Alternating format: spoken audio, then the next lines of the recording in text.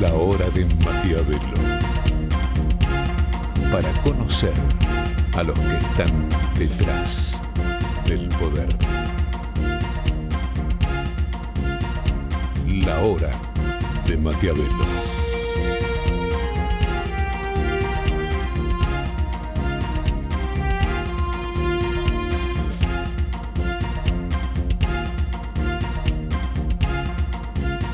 Sí, ¿qué tal? ¿Qué tal? Esta es la hora de Maquiavelo.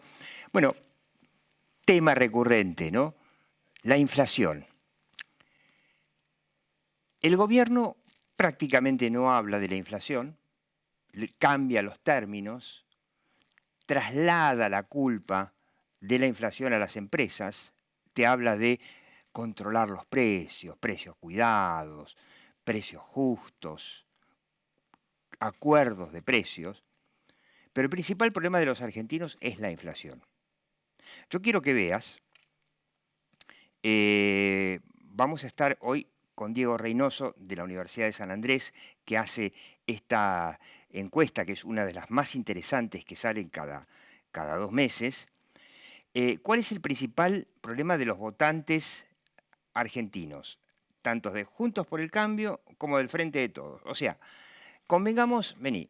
Este es un gobierno peronista, que se supone que lo único que le tendría que importar es qué opina el votante peronista, o el Frente de Todos. Bueno, yo quiero que veas que este 58% es la elección del principal problema que tienen, inflación. En el caso de los votantes de Juntos por el Cambio, es más alto todavía, 63%.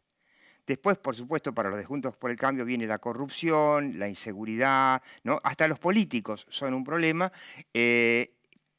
Para los peronistas, los bajos salarios, que en el fondo tiene mucho que ver con la inflación, la justicia, bueno, seguramente que no querrán que metan presa a Cristina, o verán que no hay justicia para las víctimas de la inseguridad, la pobreza, etc. Después viene en cuarto lugar la inseguridad. Quiere decir que el gobierno está, digámoslo, en otro planeta.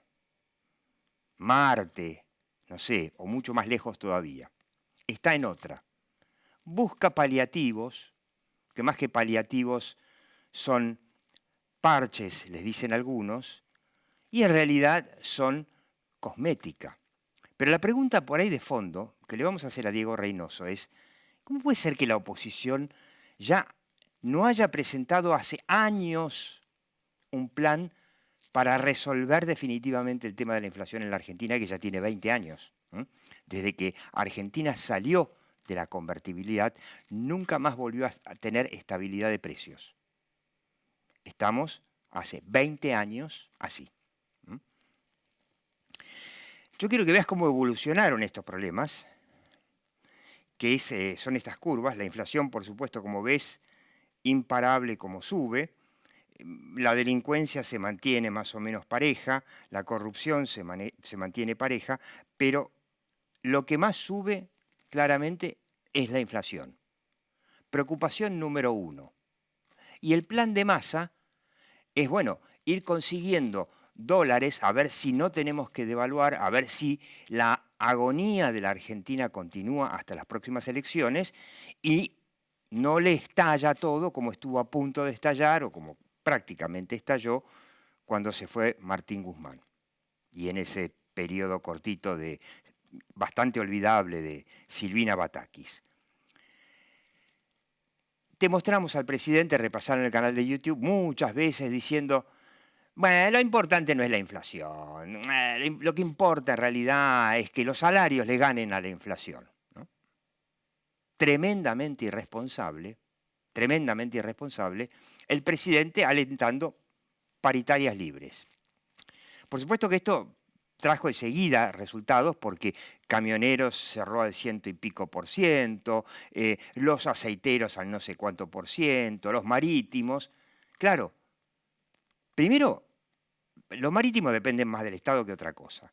Los camioneros tienen prácticamente un monopolio, les suben los precios a los productos que llevan, llevará todo a más inflación, asunto del resto de los argentinos. La cuestión es que estas paritarias libres, a la larga, benefician a algunos. En la Argentina, hoy, en la Argentina de hoy, a la minoría. Porque lamentablemente la gran mayoría de los trabajadores, si se quiere, argentinos, no están en relación de dependencia, sino que están en la informalidad. Hoy la Argentina tiene más trabajadores en la informalidad que en relación de dependencia y beneficiados por una paritaria que ni siquiera todos tienen paritarias que superan la inflación. Como dice alegremente el presidente Alberto Fernández, casi ya capitulando contra la inflación. Entonces, vos fijate cómo evoluciona el problema y qué es lo que opina la gente de esta idea de, bueno, la inflación, dejala, lo importante es que aumenten los salarios, ¿no? Nosotros ya muchas veces, a ver si podemos ver el próximo, por favor, ya muchas veces te dijimos que esta indexación constante de precios y salarios, paritarias que se reabren, tienen gatillos, cláusulas gatillos, y van cada vez más rápido, más rápido, más rápido, ya terminaron en los 70 en hiperinflación, y al paso que vamos es altamente probable, ojalá que no, que el año que viene termine también en algo parecido a una hiperinflación, o por lo menos en inflación que seguramente va a estar bien por encima del 100% anual. Quiero que veas esta pregunta de la Universidad de San Andrés también, muy interesante, es ¿qué elige la gente entre, como dice el presidente, que te aumenten el sueldo o que se acabe la inflación? 90%. El 90% de los argentinos en esta encuesta nacional dicen que prefieren, entre elegir que te aumenten o acabar con la inflación, prefieren que se acabe la inflación. Porque en el fondo, hasta los que están beneficiados por una paritaria en relación de dependencia o trabajo público, saben que tienen amigos, familiares que están en la informalidad, como la mayoría de los argentinos, y que no se benefician de ninguna paritaria y la están pasando muy mal. No es casualidad que la Argentina hoy esté cerca del 40% de pobreza. Y quiero que veas el último, antes de sentarme con Diego Reynoso, cómo ve la gente las medidas de Sergio Massa, ¿no? Que Sergio Massa apunta, bueno, a conseguir los dólares, acuerdos de precios, no mucho más. No hay un programa para reestructurar a la Argentina, no mucho más que eso. Y fíjate que solo el 24% está satisfecho. Electoralmente, si uno se pone a mirarlo en perspectiva, no falta mucho, el año que viene, en abril, empiezan a votar en algunas provincias, como por ejemplo Río Negro. Bueno, solo el 24%, esto probablemente sea incluso menos de la intención de voto que tenga hoy el peronismo. Vamos mal. El 90% prefiere, antes que le aumenten el sueldo, que terminen con la inflación.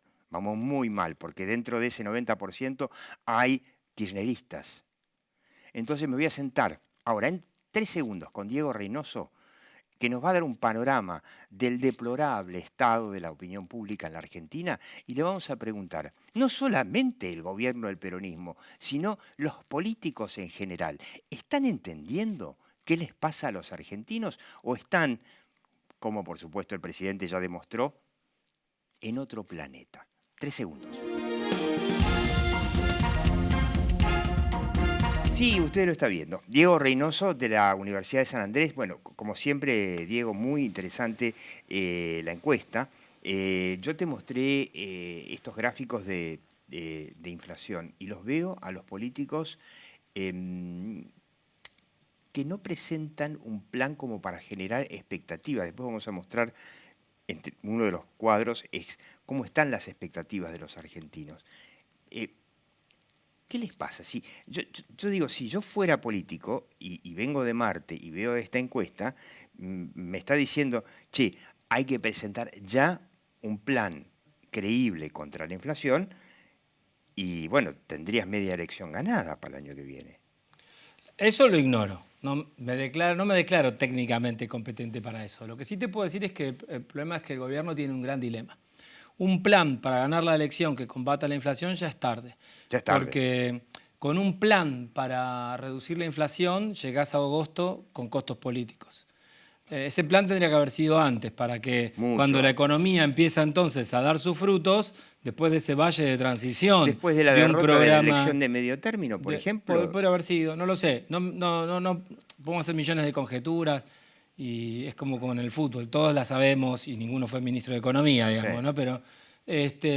Pero sí en términos del ciclo político, hoy un plan para que empiece a ver sus frutos te va a dar por fuera del rango de la elección. Y entonces ahí vas a estar pagando costos políticos. Entonces me parece que quizá tendría que haber sido antes para que después que se acomoden las variables, ahí veas los frutos y te premian, ¿no? Entonces me parece que ese es el gran dilema. Como que no se te desmadre, pero tener, digamos, una política activa desde el lado de la demanda para que llegues con un electorado que no esté castigado, digamos, ¿no? Desde el punto de vista de su capacidad adquisitiva, ¿no? Aunque la inflación al mismo tiempo te va comiendo el salario. Pero bueno, ese juego entre el aumento del salario y la inflación. Los aumentos de salario claro, van impulsando la inflación y se hace una... Claro, pero vos ahí tenés dos riesgos. Te bajo la inflación a costa de salario, pero que no veas los efectos de la baja de la inflación en el corto y entonces es todo pérdida desde el punto de vista electoral. Sonaste. O esto. El otro escenario posible es que se te desmadre la inflación y no haya aumento de salario que lo compense. Le pasó en la hiper-Alfonsín. Sí, de claro, manera, en todas ¿no? las hiperinflaciones. Entonces, bueno, el camino es un camino intermedio. ¿Podrá rendir o no? Lo vamos a ver. En principio, cuando uno ve los estudios de opinión pública que nosotros hacemos y que hacen otras consultoras y demás, bueno, no parecería ser que sea reversible una derrota del gobierno. Pero ahora, bueno, hay que... A ver, digamos, la política se trata de eso, del arte de lo imposible. Ahora vamos a ver eso, ¿no? Ahora, cuando vos ves a la oposición, ¿no tendría la oposición que está... Ahora vamos a ver por qué la oposición también está bastante enclenque? ¿No tendría que haber presentado ese plan hace tiempo, generar expectativas? No importa el candidato, pero decir, mira, tenemos el plan, sería cuando lleguemos lo vamos... No, porque de la misma manera que en el gobierno vos tenés diferentes grupos que tienen diferentes ideas respecto de... diferentes diagnósticos respecto de cómo... Que eso es muy grave, porque es el gobierno. Vos tenés el mismo problema en la oposición, entonces, bueno, todavía no es el momento. Hoy la oposición sabe que cualquiera sea el candidato que resulte el representante de la opción más fuerte, que Juntos por el Cambio de la oposición, es el que tiene mayores chances de ganar la próxima elección. Entonces, bueno... ¿quién sería el que presente? Y hay muchos candidatos que compiten por ese lugar. Entonces, ¿quién sería el que encabece digamos, el programa? Eso ya sería conceder muchísimo. Bueno, entonces, pero podrían ponerse de acuerdo y decir, bueno, vamos a una PASO, pero los lineamientos básicos del programa para resolver esto los tenemos. Si no, parece como el peronismo. Pero así no funciona la política, Diego. Entonces, pero es desastrosa porque si no termina la oposición igual que los kirchneristas. Es como que te diga, bueno, si no hubiera ley de gravedad y yo tiro esa copa, la copa no se rompería, pero hay ley de gravedad.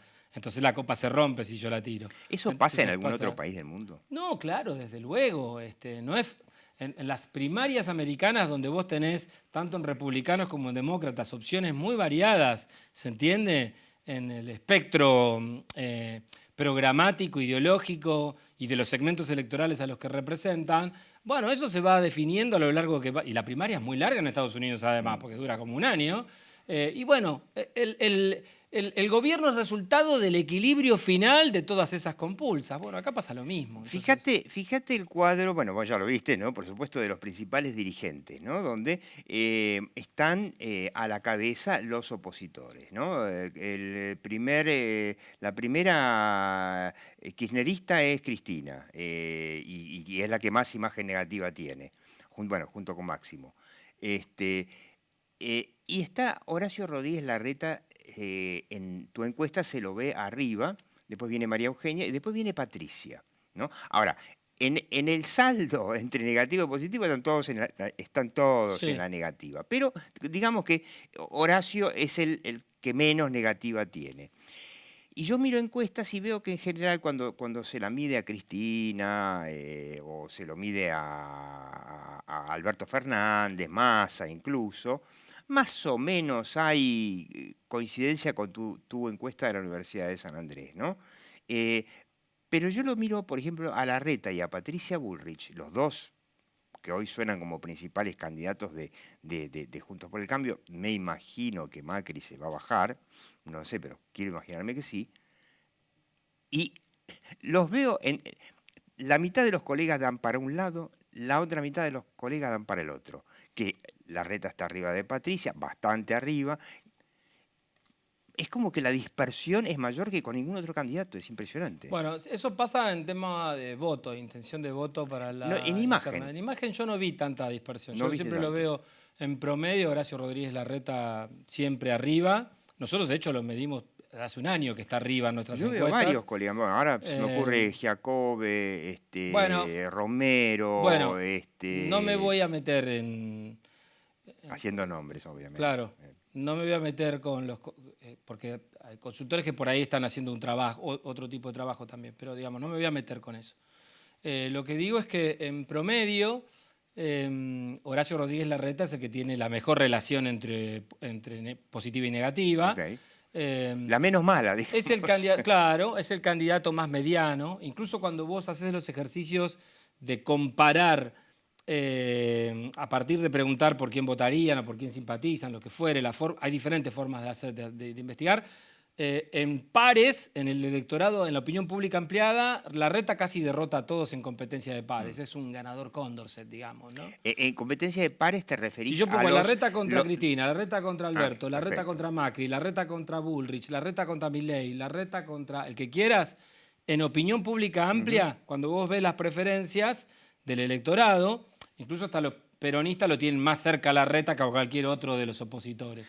Bueno, sí, es de origen. Otro lado, los dos son de origen peronista. Claro, Patricia también, hace mucho más tiempo. Y del otro lado, cuando vos lo pones a Larreta contra cualquier peronista, Larreta le gana a cualquier peronista en un contexto como este donde, diría, los potenciales candidatos del oficialismo tienen serios problemas de reputación, digamos, en las encuestas, ¿no? Sí. Dicho esto, es el más competitivo en opinión pública general.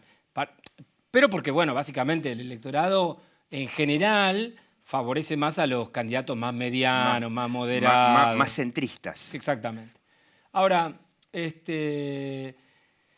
diferente cuando vos empezás a segmentar. Si segmentás entre los electores más intensos de Juntos por el Cambio, si segmentás entre todos los potenciales de Juntos por el Cambio, incluyendo los no votantes que y en la votarlo. PASO van a votar supuestamente a los de Juntos por el Cambio, a Juntos por el Cambio. Claro, ahí en la PASO te votan los intensos, más los votantes probables, más un flujo de votantes que muy probablemente abandone la otra interna y vaya a votar a Juntos por el Cambio, ¿no? Ajá. Claro. Ajá. Y ahí viene la gran pregunta, ¿no? Porque, bueno, acá se ve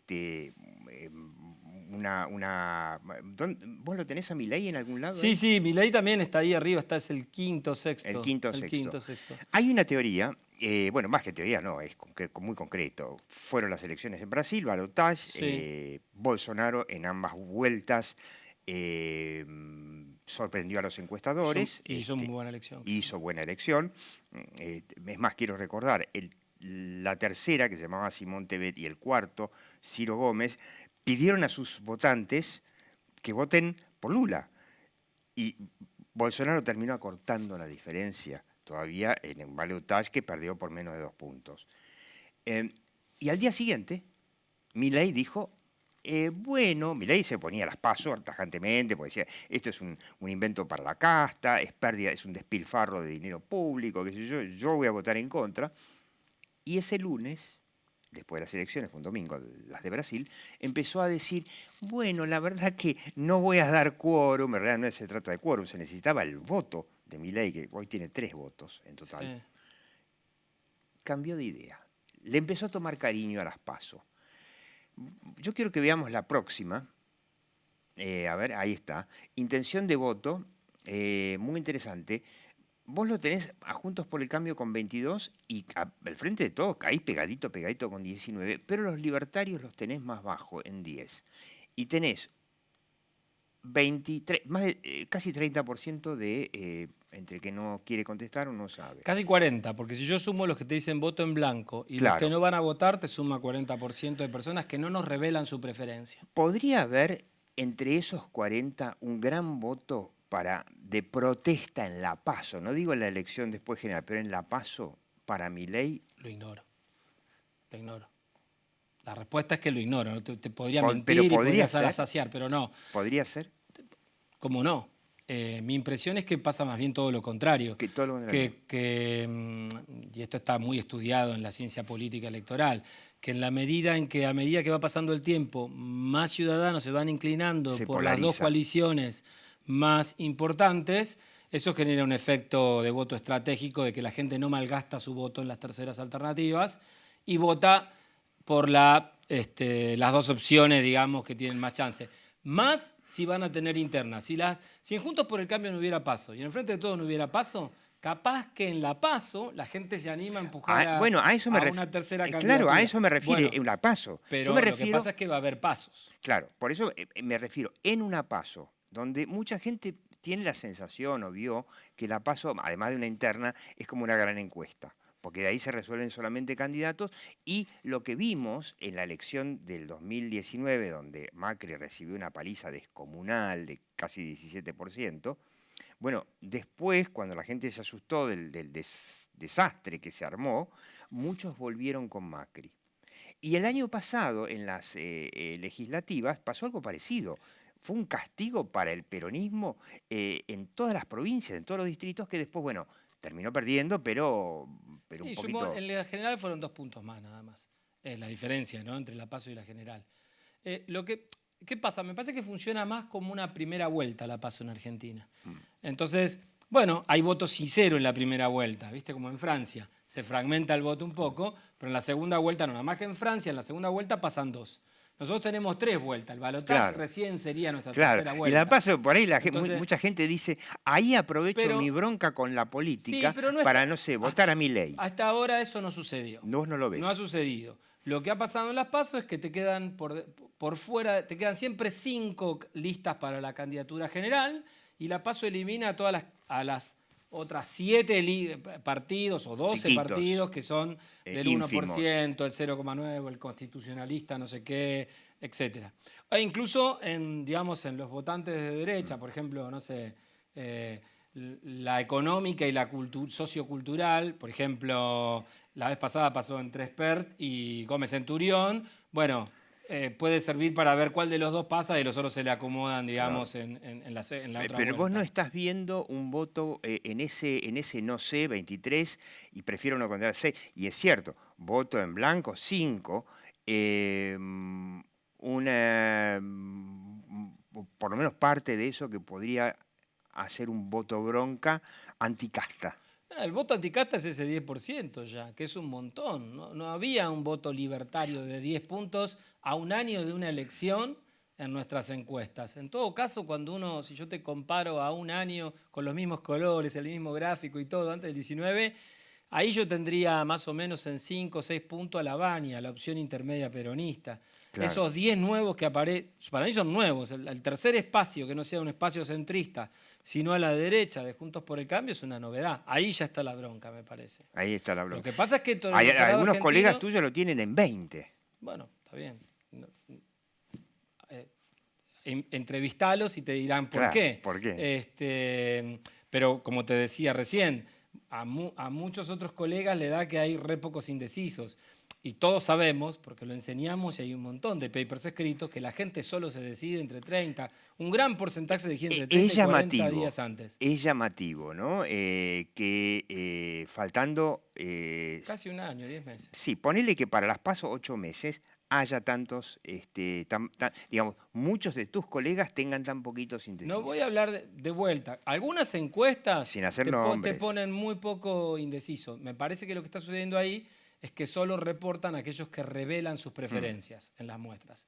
Yo te reporto los que no me revelan también sus preferencias. Si yo eliminara a los no sé, prefiero no contestar, y estaríamos en un 48-40. Y no cambia demasiado. Yo quiero ver, el último, yo quiero ver la evolución de cómo te está dando, a ver si podemos verlo, la evolución de la intención de voto, incluidos los libertarios, que, bueno, los libertarios llegaron a estar en 15, los tuviste en junio, y no cambia demasiado, ¿no? ¿Es cierto que los libertarios en junio estaban más altos, bajaron igual? No, en junio no. Eso es, pasa que vas a ver que la toma habrá sido entre mayo, por ahí. Mayo. Sí. ¿Qué pasó? Milei venía teniendo un alto... De hecho, en un momento solo lo superó para esa época, para marzo, por ahí lo superó en imagen a Larreta. Y tenía muy poca negativa. Claro. Pero tuvo un par de meses de definiciones políticas con el tema de las armas, los niños, los mercado órganos. libre de compra-venta de órganos. Y entonces ahí la imagen del cayó, creció muchísimo la negativa de Milei.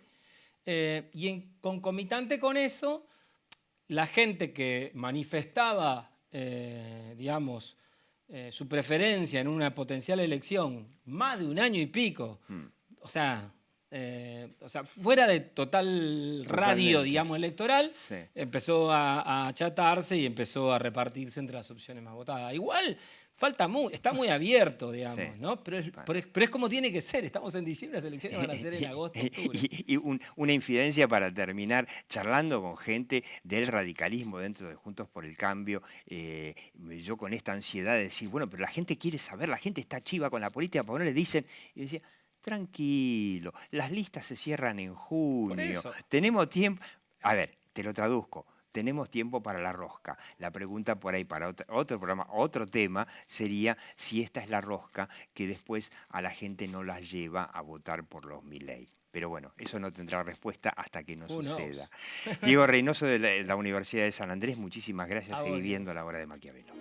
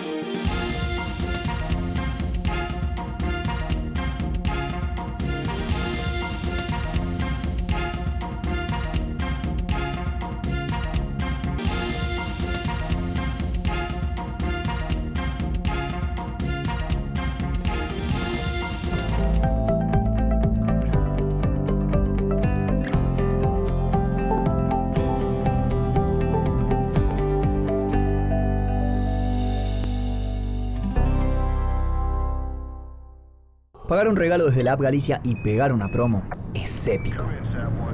Lo que no es épico es darte cuenta que dejaste las llaves de la nave adentro.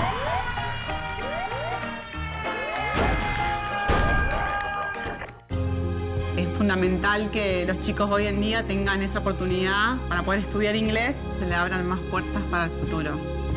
Tu sueño puede ser tu realidad. Juntos sigamos transformando la educación. Buenos Aires Ciudad.